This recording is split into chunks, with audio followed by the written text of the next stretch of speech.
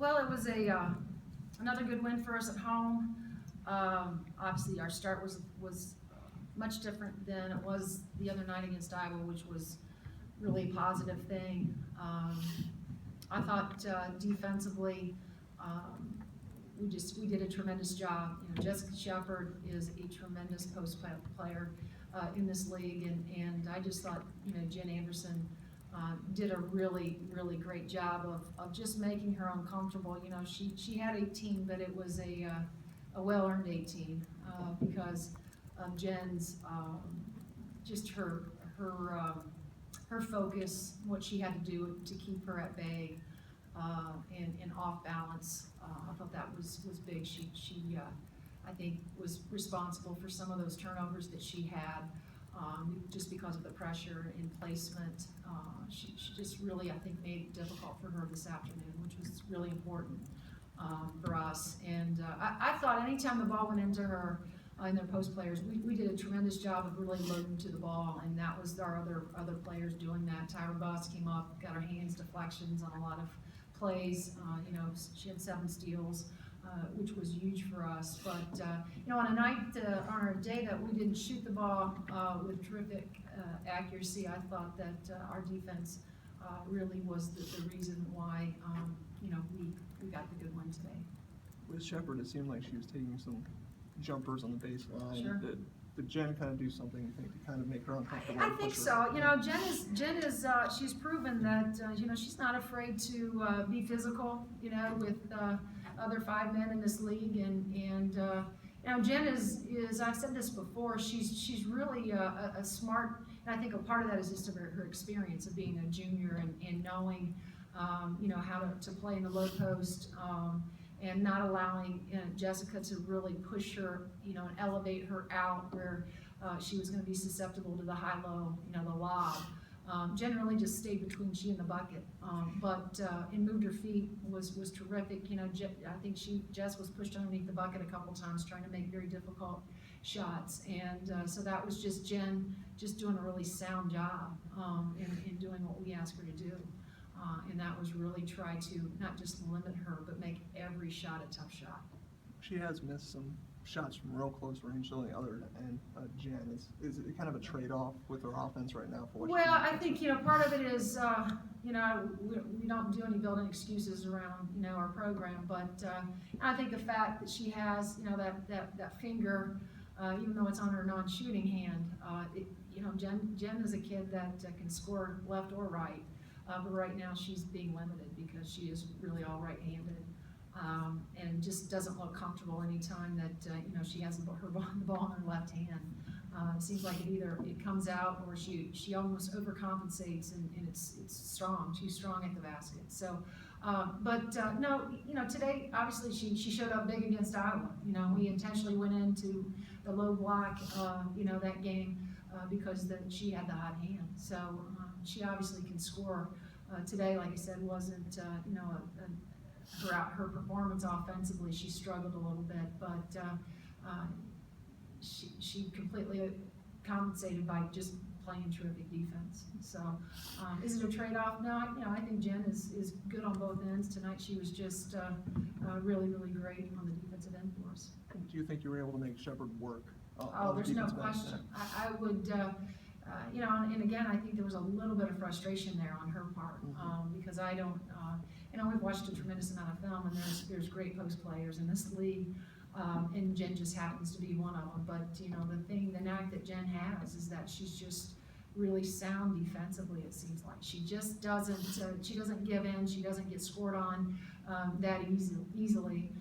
Because she just seems to always be moving her feet, and she likes physical play, you know, and I thought that she did a great job of really being physical, but not physical in the sense that she was getting called for fouls. It was just that, as I said, she made every shot, she challenged every shot, which is, you know, what, or most of her shots, which is what you wanted to do.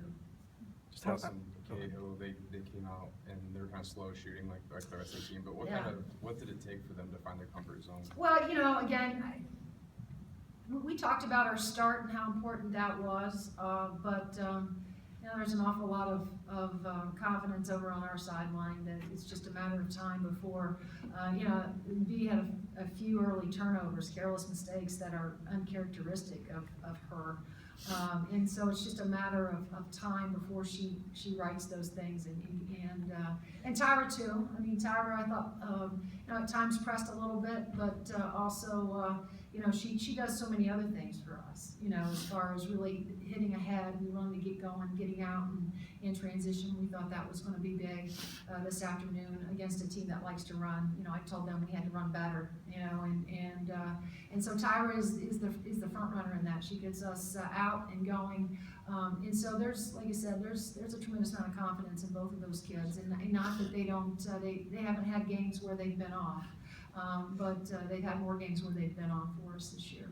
Just how close is this kind of defensive performance to where you need to be the rest of the Big Ten? I don't know that it was, it was pretty good. I didn't think that we could probably outdo our Michigan State performance, because I just thought from a defensive standpoint that was so terrific. But there's no question that today, again, 40 minutes of zone, uncharacteristic of me and our staff and our team. But we did a tremendous job. So something that we need to continue, absolutely. Especially because, again, I go back to the night your shots aren't falling, and tonight we struggled offensively. There was really no flow. There was no real momentum. It just seemed like they were hard to get some just easy shots in our offense. And credit Nebraska with that, because that's a really good team. But we relied heavily on what we were doing defensively. And that's, as I said to the kids, that's why we won the game. So Amanda's 7th double-double of the year. What's been behind her consistency this season? It's just what she does. She's just, again, terrific player, terrific IQ, coach's kid.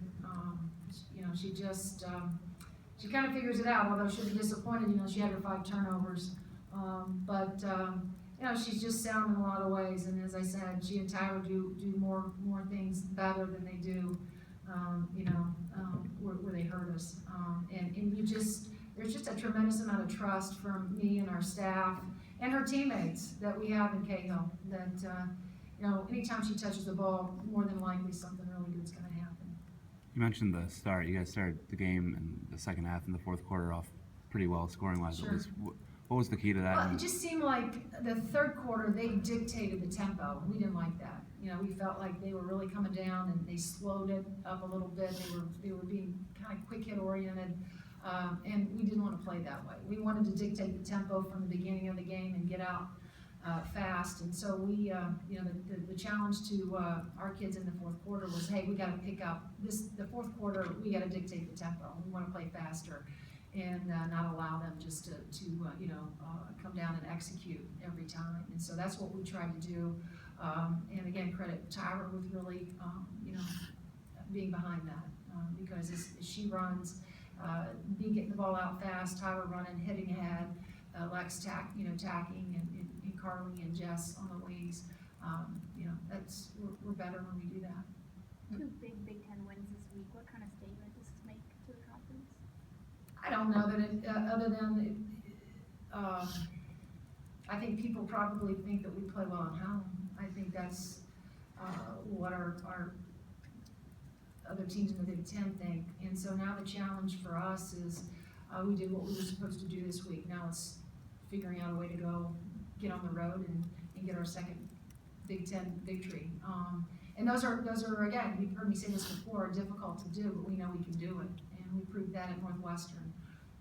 And so it's the challenge is going to be going into play an Illinois team that we had down 11 with 4 to go, and came back and found a way to win.